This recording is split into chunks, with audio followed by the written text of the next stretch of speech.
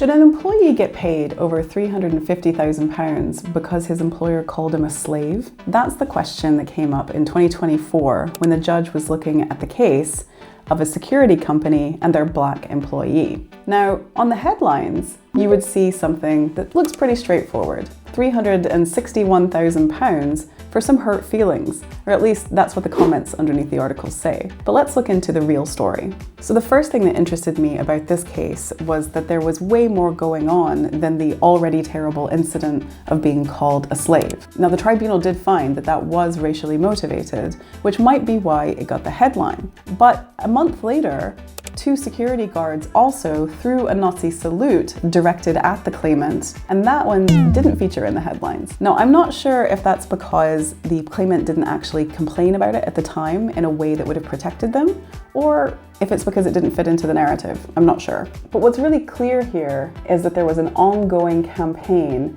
of harassment that sometimes could be proven as race-related and sometimes not, that this claimant endured for over 10 years. Now let's look at the money. £361,000 sounds like a lot of money, and again, it sounds like it's just for hurt feelings.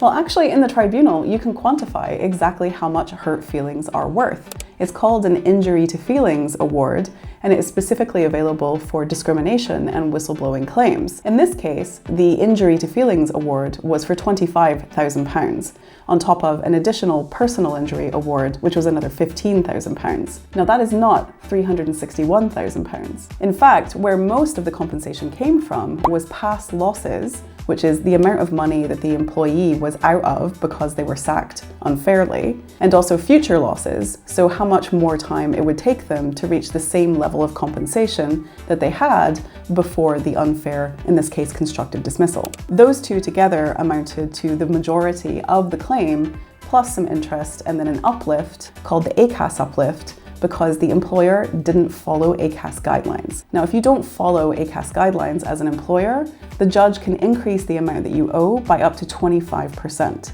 And in this case, the uplift was pretty significant because the base numbers were pretty big. So if I start this video again and say, is it worth £360,000 if you've been harassed for over 10 years, got punished for complaining about it, lost hundreds of thousands of pounds as a result of being unfairly dismissed, and then had to deal with it psychologically?